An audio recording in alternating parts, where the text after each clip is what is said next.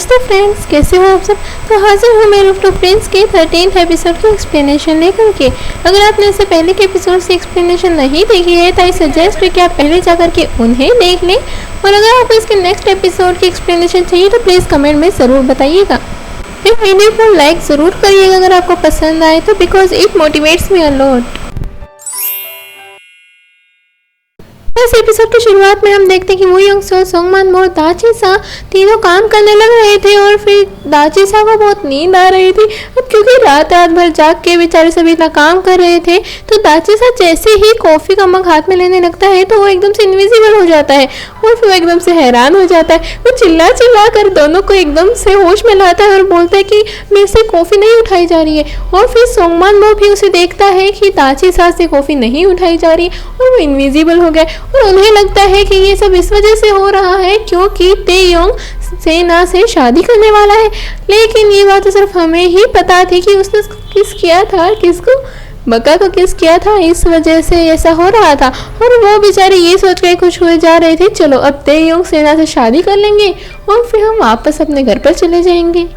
अब next scene में हम देखते ही तेमो के पास एक मैसेज आता है, जिसको देख करके वो एकदम से हैरान हो जाता है और डर जाता है। और ये मैसेज और कोई नहीं बल्कि जो रियल तेयोंग थी उसकी फोटो थी। उसे देख करके वो एकदम से डर जाता है और उसे फौरन कॉल करता है जिस बंदे ने उसे ये पिक भेजी थी, और उसे बोलता है कि ये जो भी है ये इसको मैं जानता हूँ और इसके मैं रिश्तेदारी में हूँ, तो तुम एक काम करना कि मुझे एड्रेस सेंड करो, मैं अभी आता हूँ।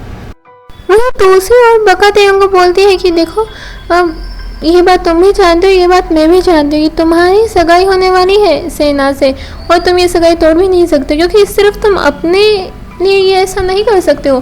सोंगमान बो, दाची सा, वो यंग सर की सारी जिम्मेदारी भी तुम्हारे ऊपर ही है। तुम्हें सेना से शादी करनी ही होगी, और अब मुझे भी ये घर छोड़ करके जाना होगा। इस बात से तेयोंग बहुत ज़्यादा उदास था और वो उसके लिए एक बहुत अच्छा सा घर ढूंढता है। उस वक्त बक्का एक जगह इंटरव्यू देने आई हुई थी और वो उसे फ़ोन करके बोलता है तुम जल्दी से आ जाओ, मैंने तुम्हारे लिए एक बहुत कीमती चीज़ ढूंढी है।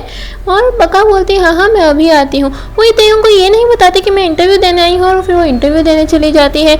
इंटरव्यू देते वक्त उसकी अपने बॉस से ये बात फाइनल हो जाती है कि मैं नौकरी भी करने आऊँगी, और नौकरी थोड़ी सी दूर है तो उस वजह से मुझे कोई प्रॉब्लम भी नहीं होगी।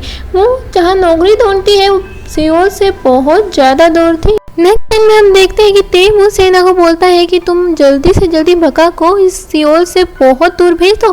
तुम एक काम करो, तुम उसे अमेरिका भेज दो और तेयोंग को मैं अपने आप देख लूँगा, वो हमारे काम के बीच में नहीं आ पाएगा। अब सेना तो चाहती ही ये थी कि बका उसकी लाइफ से बहुत ज़्यादा दूर चली जाए, इसलिए तेयोंग जो एनवलप सोंगमान मो को बका को देने के लिए देता है वो उसे चेंज कर देती है और उसमें अमेरिका जाने की टिकट डाल देती है। और सोंगमान मो बिना वो देखे सोचे समझे वो एनवलप बका को दे देता है। बका जब वो एनवलप खोल करके उसमें टिकट को पाती है तो फिर उसे लगता है कि तेयोंग ने ही दी होगी ताकि वो उसकी लाइफ से बहुत ज़्यादा दूर चली जाए। एक और तेयोंग उस नए घर में बका का पूरी रात इंतजार कर रहा था, तो वहीं दूसरी ओर बका बेचारी हार्ट ब्रोकन हो करके स्ट्रीट में इधर से उधर घूमने लग रही थी। और यहाँ सब कुछ मिसअंडरस्टैंडिंग की वजह से वो दोनों एक दूसरे से नहीं मिल पाते हैं, और तेयोंग उसका पूरी रात वेट करता है लेकिन बका वहाँ पर नहीं जा पाती है। वो चाहते भी कैसे, उसे तो पता भी नहीं था कि तेयोंग उसका वेट कर रहा है।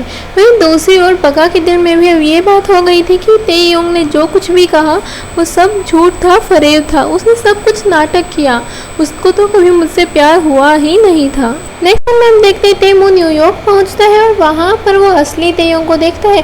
वहाँ पर वो उसका एक छोटा सा वीडियो बना लेता है और वो फिर चला जाता है।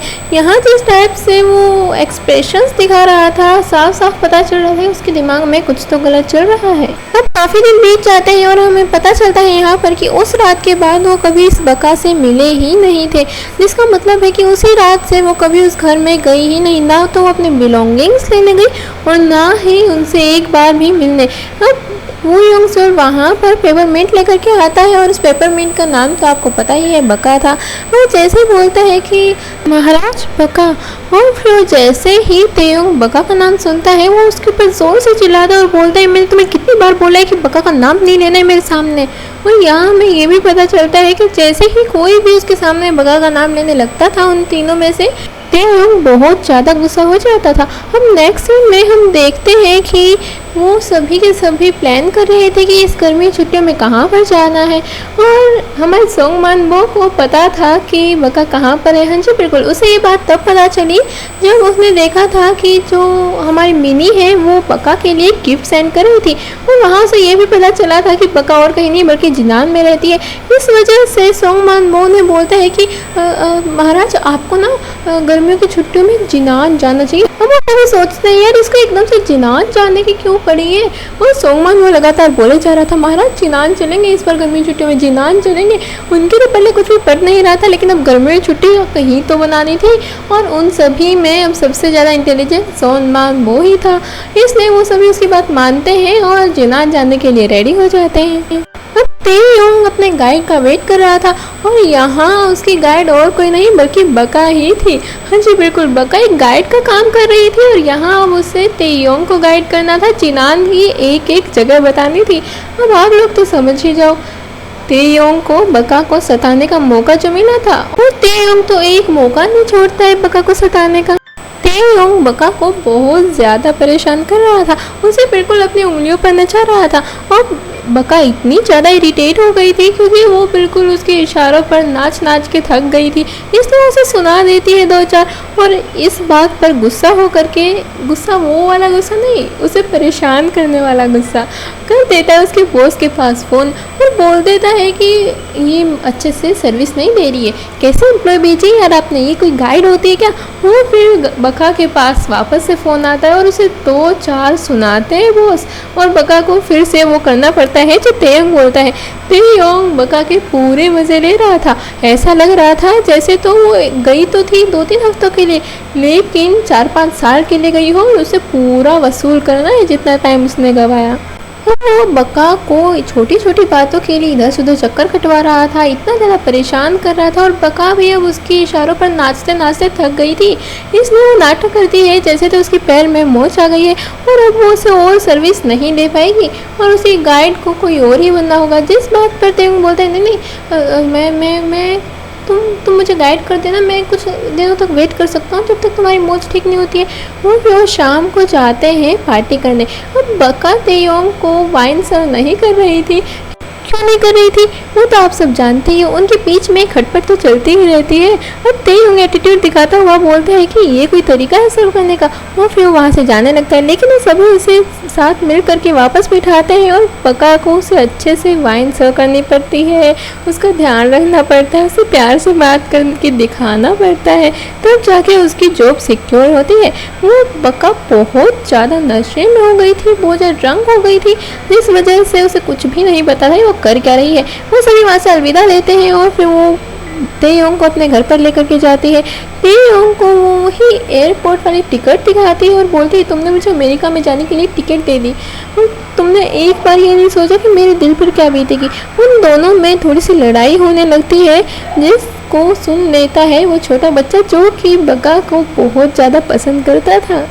तेयोंग बका के ऊपर बहुत जोर जोर से चिल्ला रहा था, उसे बोल रहा था कि ये टिकट मैंने नहीं दी, तुमने सोच भी कैसे लिया कि मैं तुमसे प्यार करता हूँ और मैं तुम्हें कहीं अपने से दूर जाने के लिए कहूँगा। वो बोल तो उसकी केयर में रहा था, प्यार में रहा था, लेकिन वो इतनी जोर से चिल्ला रहा था कि इस छोटे बच्चे को बिल्कुल भी अच्छा नहीं लग रहा था। इस वजह से वो तेयोंग से गुस्सा होकर के तेयोंग के शूज़ में डॉग स्ट्रीट डाल देता है और तेयोंग और बका के बीच में सब कुछ सही हो जाता है और उसे समझ में आता है कि इसमें कोई गलती नहीं थी बका की ही वो वहाँ पर नहीं आई और ना ही तेयोंग की इसमें कोई गलती थी कि वो बका को वो टिकट वगैरह दे रहा था। बका को भी सबको समझ में आ जाता है, तेयोंग को भी। अब तेयोंग जब वहाँ से जाने लगता है तो जैसे ही शूज़ पहनता है तो बस उसके पैर भर जाते हैं डॉग स्ट्रीट से और फिर वो बच्चा उसे ज़ोर ज़ोर से हंस करके चिढ़ाने लगता है। उसके पूछने पर कि ये तुमने क्या किया, तुम पागल हो गया, तो उसे बोलता है कि मैं बका से बहुत ज़्यादा प्यार करता हूँ और मुझे बहुत पसंद है, इसलिए कोई अगर उसे कुछ भी करने की कोशिश करेगा तो मैं उसे छोड़ूंगा नहीं। और उस वक्त तेयोंग्स फीलिंग वाज लाइक जिया चले नैना तेरे धुआं उठे। अब उस बच्चे की दादी माँ उसके पीछे डंडा लेकर के लग जाती है भागने और जैसे ही तेयोंग जाता है तो वो दोनों हाई फाई देते हैं और फिर वापस अपने घर में चले जाते हैं। यानी कि दादी माँ भी ज़्यादा खुश नहीं थी तेयोंग को देख करके। अब तेयोंग सुंगमान वो के पास जाता है और उसे बोलता है कि उस दिन जो कुछ भी हुआ था तुम मुझे सच सच बताओ, जब मैंने तुम्हें एनवलप दिया था और तुम्हें वो बका को देने जाना था। सुंगमान वो से सब कुछ सच सच बता देता है कि उस दिन मैं सेना से मिला था और वहाँ हम कॉफ़ी पीने गए थे। उसके पीछे से अगर कुछ ऐसा हुआ हो तो मुझे पता नहीं है, शायद जब मैं कॉफ़ी लेने गया था तब एक्सचेंज वगैरह कुछ हुआ हो।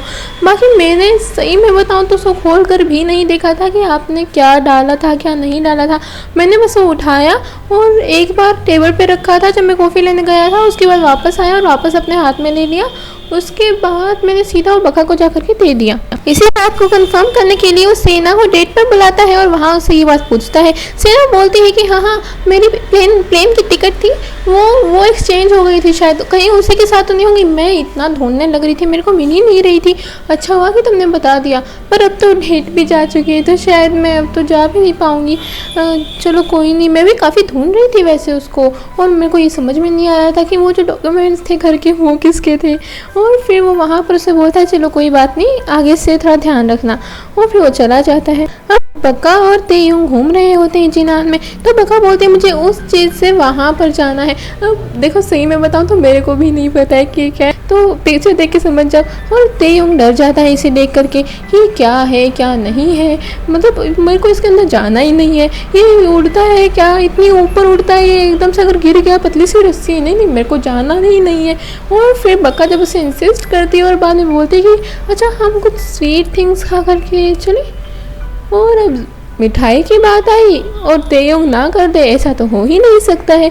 और तेयोंग हाँ बोल देता है। वो कुछ खाते पीते हैं और फिर बाद में वहाँ पर घूमने जाते हैं। अब शुरुआत में तो तेयोंग बहुत ज़्यादा डरता है, लेकिन जब बाद में बका उसका हाथ पकड़ करके उसे कंफर्ट देती है तो फिर वो थोड़ा सा कंफर्ट फील करता है और आसपास देखता है तो उसे काफ़ी ज़्यादा खुशी होती है कि मैंने ये चांस मिस नहीं किया। हम वो दोनों एक रेस में पार्टिसिपेट करते हैं। अब क्योंकि उसके ओनर का जो पोता था उसकी कोई मदर फादर नहीं थे, इस वजह से वो दोनों उसके मॉम डैड बन करके पार्टिसिपेट करते हैं और जीत भी जाते हैं। वो दोनों जीतने के लिए दूसरों को पीछे करे जा रहे थे। तेयोंग तो जीतने के लिए इतना एग्रेसिव हो चुका था कि जो भी सामने आ रहा था उसको हाथ से पीछे खींच जा रहा था, हटाया जा रहा था, और फाइनली वो फर्स्ट भी आ जाते हैं। अब वो छोटा बच्चा आता है और तेयोंग के हाथ से उस स्टिकर का जो स्टिक होती है वो अपने हाथ पर लगा लेता है और बोलता है कि अब मैं भी फर्स्ट प्राइज़ लूँगा।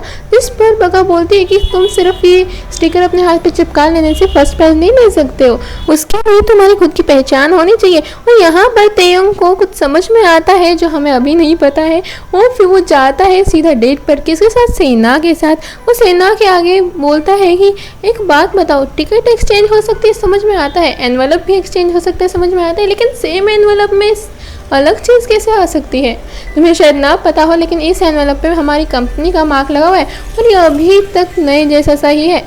अब वो बोलती है कि मुझे तो कुछ समझ में नहीं आ रहा है कि आप क्या कह रही हो। अब वो बच्चे वाला इंसिडेंट बताता है और फिर उसे बोलता है कि क्या तुम्हारे पास कोई लिपस्टिक है, तो फिर वो उसे एक लिपस्टिक देती है। अब वो एक लिपस्टिक को अपने हाथ पर लगाता है और उसी मार्क को अपने दूसरे हाथ पर भी लगा के दिखाता है और बोलता है कि देख रही है ये अभी तक ताज़ा है और इसलिए मेरे दूसरे हाथ पर भी आ गया। सेम उसी तरह ये जो एनवलप है इसके ऊपर जो टैग लगा हुआ है ये हमारी कंपनी का है, और ये इस कंपनी का टैग मैंने बिल्कुल नया नया लगवाया था, इस वजह से ये अभी तक ताज़ा है। तुम समझ रही हो ना, एनवलप चेंज हो सकते हैं लेकिन उसके ऊपर जो टैग लगा हुआ होता है वो तो चेंज नहीं हो सकता है ना। और फिर उसे बोलता है कि मुझे सच सच सुनना ही, तुमने झूठ क्यों बोला। और ये एपिसोड यहीं पर ख़त्म हो जाता है। तो नेक्स्ट एपिसोड मैं जल्दी ही अपलोड कर दूंगी, तब तक के लिए bye bye and take care.